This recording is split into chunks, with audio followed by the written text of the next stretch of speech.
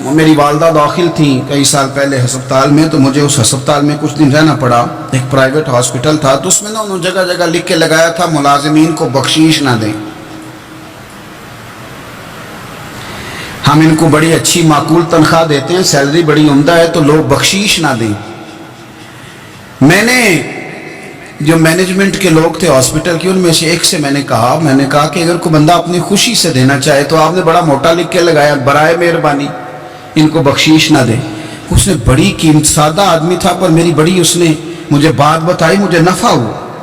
کہنے لگے مولوی صاحب، جب کچھ امیر لوگ ہسپتال میں مریض لے کے آتے ہیں تو وہ صفائی والے کو پہلے ہی 500 روپیہ دکھا لیتے ہیں آتے ہی. پھر وہ جیسے آواز دیتے ہیں صفائی والے فٹافٹ اندر آتے ہیں، ان کا کمرہ صاف کرتے ہیں. تو سارے تو بیچارے اتنے مالدار نہیں ہوتے کہ آتے ہی پہلے کام والے کو 500 دیں. پھر نقصان کیا ہوتا ہے کہ یہ جن کی ذمہ داری ہے بہت ساری ڈیوٹیاں کرنے کی، یہ ڈیوٹی نہیں کرتے. یہ پلٹ کے ان کی طرف دیکھتے ہیں جن کے گھر سے سالن صحیح آتا ہے. ادھر ان کی توجہ زیادہ ہو جاتی ہے، جو نوٹ ان کو زیادہ دکھاتے ہیں، جو پھل لے کے آتے ہیں تو آدھا ان کو دیتے ہیں. تو ہم یہ کہتے ہیں یہ کام ہی نہ کرو، یہ اپنی تنخواہ پہ کام کریں تاکہ ہر آنے والے کا درد سمجھیں، ہر ایک کو یکساں یہ سروسز فراہم کریں. تو ہم یہ کام کرتے ہیں. ہم ایم پی اے کے اور کسی سے ہمارا تعلق نہ بنے تو ہم جناب اس کے ڈرائیور سے ہی تعلق بنا لیتے ہیں.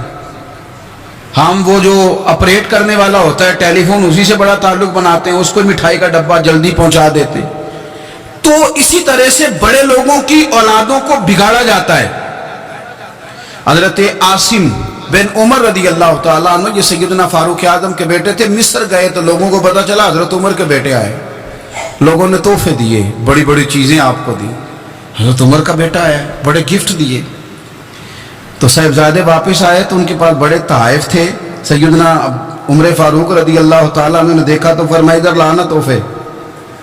کہا بھائی لوگوں نے مجھے دیے ہیں. فرمایا تو نے کیوں بتایا تھا کہ میں امیر المومنین کا بیٹا ہوں؟ کہا حضور ان کو ویسے ہی پتا چل گیا.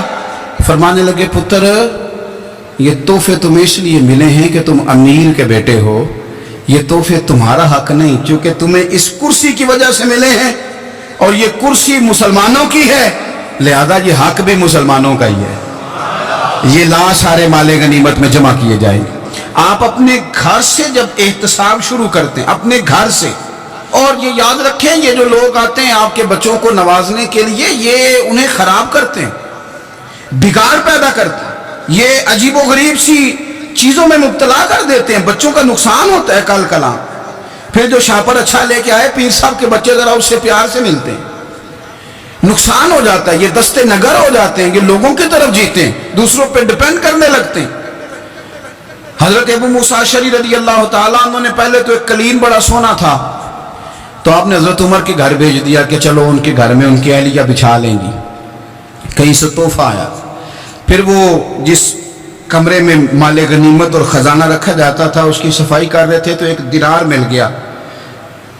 تو وہ دینار بچے سارے جا رہے تھے تو ان میں سے حضرت عمر کے ایک بیٹے کو چھوٹے کو بلایا اور بلا کے کہا پتر یہ دینار لے لو. حضرت عمر نے دیکھا کہ بیٹے کے ہاتھ میں دینار بھی ہے اور گھر میں قالین بھی ہے. ایک موقع پہ وہ قالین گیا، ایک موقع پر بچے کو ایک دینار دیا. تو حضرت عمر اپنی اہلیہ سے پوچھنے لگے یہ کہاں سے آیا قالین؟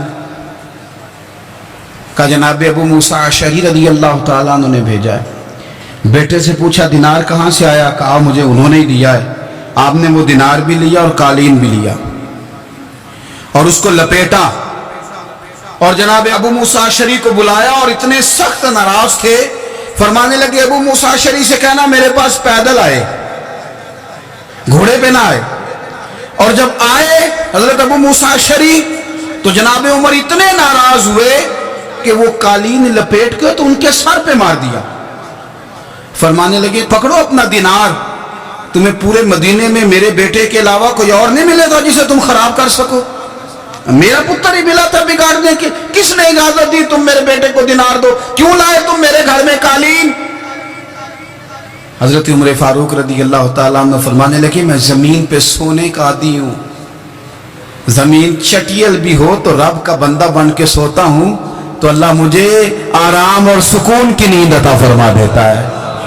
مجھے تمہارے مخملوں کی اور قالینوں کی ضرورت نہیں ہے. احتساب یہاں سے شروع ہوتا ہے بھائی.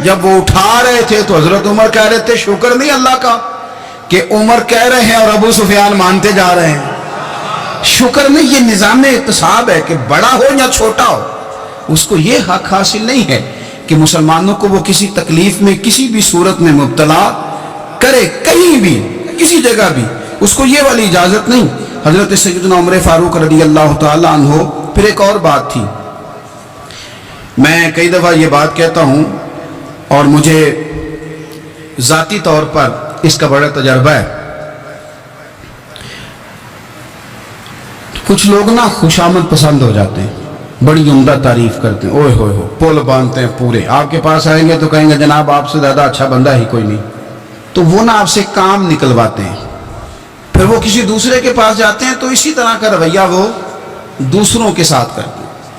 یہ عام لوگوں میں بھی مرض ہوتا ہے، عام لوگوں میں. اور بادشاہ ہو بندہ اگر، پھر تو اس کا دل کرتا ہے میں اگر بادشاہ سلامت ہوں تو 2-4 بندے دیہڑی پہ رکھ لوں پر میری تعریف ضرور کریں. پابندی ہوتی ہے، لوگ یہ کام بڑے شوق سے کرتے ہیں. اور شیخ سعدی فرمایا کرتے تھے لکڑی کو گھن کھا جاتی ہے اور بڑے لوگوں کو خوشامد کھا جاتی ہے خوشامد. حضرت عمر فاروق رضی اللہ تعالیٰ عنہ اس معاملے میں بڑے مضبوط تھے. ویسے مجھے اور آپ کو اچھا کون لگتا ہے؟ ہماری غلطیاں بتانے والا. ہمارے ایسا فرمایا کرتے تھے اپنے دشمنوں کی باتوں پر بھی غور رکھو، تمہارے دشمن تمہیں نکھار دیتے ہیں. تمہارے اندر جو کوتاہیاں ہوتی ہیں وہ تمہیں پتہ چل جاتی ہیں کہ یہاں میری اصلاح ہو رہی. ان پر غور کرو وہ کیا کہتے ہیں. حضرت عمر فاروق کی تعریف کی ایک بندے نے، کمال تعریف کی. وہ اس کا خیال تھا کہ رزلٹ بڑا شاندار آئے گا. بادشاہ کی تعریف ہوتی تھی تو پھر تھیلی جاتی تھی اشرفیوں کی، کمال رزلٹ آئے گا. تو حضرت عمر جب وہ پوری کر چکا نا بات تو فرمانے لگے تو خود بھی ہلاک ہوا اور مجھے بھی ہلاک ہی کر دیا. خود بھی تباہ ہوا ہے مجھے بھی تباہ کر دیا. کس طرح کی باتیں کر رہا. ایک بندہ اور آیا اور اس نے آ کے کہا کہ پوری امت میں سب سے افضل ہے فاروق اعظم آپ ہی ہیں. تو حضرت عمر فاروق فرمانے لگے تجھے تیری ماں روئے. ابو بکر تجھ سے بھی افضل تھے، تیرے باپ سے بھی افضل تھے، اور صدیق اکبر مجھ سے بھی افضل ہے اور میرے باپ سے بھی افضل ہے. یہ تو کس طرح کی بات کر رہا ہے. یہاں ہر شے ہضم نہیں ہو جاتی، فوری طور پہ لوگ ڈکار بھی پورا نہیں لیتے. قرآن مجید نے کہا فَلَا تُزَكُّوا أَنفُسَكُمْ هُوَ أَعْلَمُ بِمَنِ اتَّقَىٰ. اپنے منہ سے نہ کہو میں پاک صاف ہوں، اللہ زیادہ بہتر جانتا ہے کہ تم میں سے پرہیزگار کون ہے. اپنے منہ سے تعریفیں کرتے کراتے ہو، یہ مزاج چھوڑ دیں. حضرت عمر رضی اللہ تعالیٰ عنہ پسند نہیں کرتے تھے. ایک آدمی نہ چلتا تھا وہاں تو بڑا متکبرانہ چال کے ساتھ چلتا. حضرت عمر نے دیکھا، یہاں تک احتساب فرماتے تھے، زمین پہ زور زور سے پیر پٹکتا، چال بڑی اس کی متکبرانہ، لوگ بڑے پریشان ہوتے. حضرت عمر نے ایک دن سمجھایا، باز نہیں آیا. اگلے دن پہ درہ نکال لیا، لگائے 4 درے. فرمایا آج کے بعد نہ چلنا اس طرح مدینے میں پیر پٹک پٹک کے. اس وقت اسے غصہ لگا، لیکن کچھ دیر کے بعد نا جب غصہ اترا تو حضرت عمر کے پاس آیا، کہنے لگا حضور اللہ آپ کا بھلا کرے، آپ نے درے نہیں مارے، آپ نے تو شیطان بھگا دیا جو میرے ساتھ چمٹا ہوا تھا. چمٹا ہوا شیطان آپ نے مجھ سے بھگا دیا. یاد رکھیں مسند امام احمد بن حنبل میں حدیث ہے، اللہ کے پیارے رسول صلی اللہ علیہ وسلم فرماتے ہیں جو دنیا میں متکبرانہ چال کے ساتھ چلتا ہے نا، قیامت کے دن وہ اللہ سے اس حال میں ملے گا کہ رب اس سے ناراض ہوگا. متکبرانہ چال سے نہیں چلیں گے. تو حضرت فاروق اعظم رضی اللہ تعالیٰ عنہ کا یہ طریقہ تھا کہ آپ خیال کرتے. اور پتہ کس طرح کا آپ کا مزاج تھا؟ فرماتے تھے تقسیم کرو، دوسروں کا بھی خیال رکھو. جس طرح بندہ دیوانہ وار نہیں لوگوں کا خیال رکھتا کہ بندہ بگڑے کوئی نہ، دیوانہ وار. کچھ لوگ تبلیغ کرتے ہیں رسمی، اور کچھ لوگ ایسے ہوتے ہیں جو لوگوں کی اصلاح میں دیوانے ہو جاتے ہیں. ان کی خواہش ہوتی ہے یہاں بھی بندہ ٹھیک ہو جائے، یہاں بھی بندہ ٹھیک ہو جائے، یہاں بھی بندہ ٹھیک ہو جائے. کچھ لوگ کڑی نگرانی کرتے ہیں کہ انسان بگڑنے نہ پائے. حضرت عمر فاروق رضی اللہ تعالیٰ عنہ نا گوشت والی دکان کے پیچھے جا کے بیٹھ گئے کئی دنوں تک. وہ کہنے لگا حضور یہاں کیا ہے؟ فرمایا تو اپنا کام کرنا. گوشت والی دکان پہ بیٹھے، کام کر اپنا، نگرانی کرنے لگے حضرت عمر. پھر آپ نے نا وہ بندے پکڑ لیے. کون؟ جو 2 دن مسلسل گوشت خریدنے آئے. پکڑ کے کھڑا کر لیا. فرمایا تو کل بھی گوشت لینے آیا تھا؟ حضور ہاں. فرمایا آج پھر کھائے گا؟ حضور جی. تو آپ فرمانے لگے کیا تیرے محلے سے غربت ختم ہو گئی ہے؟ تیرے رشتہ دار سارے پیٹ بھر کے کھاتے ہیں، تو دو دن گوشت لینے آتا ہے؟ فرمایا آج کے بعد مسلسل گوشت لینے آیا تو درے سے ماروں گا، خبردار یہ کام نہ کرنا. یہاں تک نظام احتساب کا جب خیال رکھا جائے پھر حالات بگڑا نہیں کرتے، پھر وہ قابو میں رہا کرتے. حضرت عمر فاروق رضی اللہ تعالیٰ عنہ اس ترتیب کے ساتھ اصلاح کرتے، اس ترتیب کے ساتھ. سیدنا فاروق اعظم رضی اللہ تعالیٰ عنہ کی ایک بات آخر میں عرض کرنی ہے، وہ میں بھی اپنے اوپر لاگو کروں، آپ بھی غور کریں. حضرت عمر فاروق رضی اللہ تعالیٰ عنہ نے خط لکھا حضرت ابو موسیٰ اشعری کو. آپ فرمانے لگے یاد رکھنا، جو گورنر، جو امیر اپنے رب کریم کی فرما برداری کرتا رہتا ہے نا، اس کی رعایا بھی اس کی فرما برداری کرتی ہے. اور جو لوگ اپنے رب کریم کی فرما برداری چھوڑ دیتے ہیں، پھر جنہوں نے ان کی فرما برداری کرنی ہوتی ہے وہ ان کی فرما برداری چھوڑ دیتے ہیں. آپ نے سپہ سالاروں کو خط لکھے تھے، فوج کے جو جرنیل تھے، کمانڈو تھے، ان کو خط لکھے تھے. فرمایا جو سپاہی نماز نہیں پڑھتا اسے فوج سے نکال دو. اور ساتھ لکھا تھا یاد رکھو جو رب کا وفادار نہیں وہ ہمارا کیسے ہو سکتا ہے، نکال دو ان لوگوں کو، فوج سے الگ کر دو. ہم آج جو بے پناہ پریشان ہیں، ہمارے بچے بات نہیں مانتے، شاگرد بات نہیں مانتے، ہم شکوے کرتے ہیں، بے ادبی بڑھ گئی. ادب کے ساتھ میں گزارش کروں گا بڑوں کی بارگاہوں میں، جو میری طرح کے بڑے بنے ہوئے ہیں، بزرگوں سے نہیں بات کرتا، ان سے میں کہوں گا کہ ہمیں ایک دفعہ اپنے اوپر بھی تو غور کر لینا چاہیے. کہیں ایسا تو نہیں ہے کہ ہم جب تک اللہ تعالیٰ کے فرما بردار تھے، جب تک ہم تقوی کے معیار پر تھے، ہماری بات ماننے والے ہماری بات مان رہے تھے. کہیں ایسا تو نہیں کہ ہم اس معیار سے ہل گئے ہیں تو اب جو ہمارے فرما بردار تھے وہاں سے ہل گئے.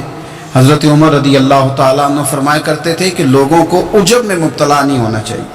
خود پسندی کا جو ماحول ہوتا ہے اس سے لوگوں کو ہمیشہ نکلنا چاہیے. حضرت عمر کے ایک صاحبزادے نے کنگھی کر لی، اچھا لباس پہن لیا تو درہ مارا جناب عمر نے. تو آپ کی بیٹی کہنے لگی ابا یہ تو بالکل جائز ہے، اچھے کپڑے پہننا، اچھا لباس پہننا اور سر میں کنگھی کر لینا، اس پر درہ کیوں مار دیا؟ تو آپ فرمانے لگے بیٹا یہ خود پسندی میں مبتلا ہونے لگا تھا، یہ اپنے آپ کو بہت بھلا سمجھنے لگا تھا. اس کا خیال تھا کہ میں یوں، میرے علاوہ کوئی نہیں. یہ اس مقام پہ جا رہا تھا جہاں اس کی تربیت رک جاتی، اس لیے درہ مارا ہے. ایک دفعہ حکومتی معاملات کے اندر آپ کی اہلیہ نے مشورہ دینا چاہا. بڑے کام بیویاں نہیں کرتی، بڑے بڑے معاملات میں مداخلت نہیں کرتی. ہمارے بر صغیر میں وہ بادشاہ نہیں گزرا کہ جو فیصلہ کرتا تھا تو کرسی پہ بیٹھ جاتا تھا اور پردے کے پیچھے اس کی بیوی بیٹھ جاتی تھی، اور جب وہ فیصلہ سنانے لگتا تو یوں گردن پیچھے کرتا اور اہلیہ جو کہتی وہ فیصلہ سنا دیتا. لیکن ایک دفعہ خاتون نے ایک آدمی کو حضرت عمر نے معزول کیا تو آپ کی اہلیہ نے، اس آدمی کی اہلیہ حضرت عمر کی اہلیہ سے ملی ہوں گی، تو خاتون نے ذرا سفارش کرنی چاہیے. تو جناب عمر فاروق رضی اللہ تعالیٰ عنہ کے ہاتھ میں عصا تھا، ڈنڈا تھا، 2-3 دفعہ زمین پہ مارا. فرمایا تمہیں کس نے اجازت دی ہے حکومتی معاملات میں مشورہ دینے کی؟ یہ مشورہ مولا علی دیں گے یا عثمان غنی دیں گے؟ آپ کو کس نے اجازت دی؟ وہ حکومتی معاملات، وہ مسلمانوں کا اجتماعی معاملہ، وہ مسلمان دیکھیں. آپ کو اس میں آنے کی اجازت نہیں ہے. جو آپ کی ذمہ داریاں ہیں، آپ کے حقوق ہیں، ان پر آپ بات کریں. تو بھائی نظام میں احتساب اپنی ذات سے شروع کریں. ہماری اولادیں، ہمارے بچے، وہ باہر سے انہوں نے زیادہ اثر نہیں لیا. ہم نے انہیں بتایا ہے کہ ہم بڑے غریب ہیں، ہم بڑے مجبور ہیں، ہم تو بڑے کمزور ہیں، ہماری تو سنتا کوئی نہیں، یہ تو امیروں کا ملک ہے، اس میں تو فلانے فلانے کو اہمیت حاصل ہے. ان باتوں نے ہمارے بچوں کو کمزور کیا ہے. ان باتوں نے ہمارے بچوں کے دلوں میں احساس کمزوری پیدا کیا. آپ ان کو جینا سکھائیں. آپ ان لوگوں کو بتلائیں کہ رب کریم نے جو تمہارے لیے بہتر سمجھا وہ تمہیں اپنے فضل سے بڑا عطا فرمایا ہے. آپ ان کو ان کے مقام پر رہ کر خوددار اور قناعت پسند ہونا سکھائیں. آپ یقین کریں گھر امن والا بن جائے گا. بچے اگر بھنا ہوا گوشت کھا رہے ہوں اور پھر بھی لاڑی رہے ہوں کہ مسالہ میری مرضی کا نہیں، سٹائل میری مرضی کا نہیں، ٹیسٹ میری مرضی کا نہیں، یہ والا گوشت میں نے نہیں کھانا، یہ اس طرح کر کے بنا ہوتا تو پھر میں نے کھانا تھا۔ وہ زیادہ خوفناک صورتحال ہو جاتی ہے۔ لیکن اگر ابا جی اماں جی گھر والے کھیتوں میں کام کر رہے ہوں اور بچے اچار کے ساتھ روٹی لے کے جائیں اور بننے پہ بیٹھ کے پھٹے پہ بیٹھ کے وہ پھر کھانا شروع کریں، اور جب وہ اچار آئے اور وہ ایک دوسرے کو کہیں کہ آج تو 2 کلے ہو گئے میرے کام کے، اس دفعہ تو دیکھنا ہماری فصل کتنی شاندار ہوگی، ایک دوسرے کو دیکھ دیکھ کے وہ ہنسیں اور مسکرائیں اور ان کی باتوں میں لذت ہو، اور پھر وہ کہیں کہ آم بڑے اچھے مل گئے تھے، دیکھو اچار کتنا سونا آ گیا، دیکھو یہ کس قدر زیادہ اچھا ٹیسٹ ہے، تیل بھی بڑا اچھا ہے، گل بھی بڑے وقت پہ گیا ہے۔ آپ یقین کریں یوں لگتا ہے کہ کائنات کی سب سے بہترین روٹی یہ لوگ کھا رہے ہیں۔ یہ سوچ حضرت عمر نے ہمیں دی ہے، یہ فکر جناب عمر نے ہم تک پہنچائی ہے۔ اللہ ہمیں سمجھنے کی توفیق عطا فرمائے۔ آخر دعوایا الحمدللہ رب العالمین۔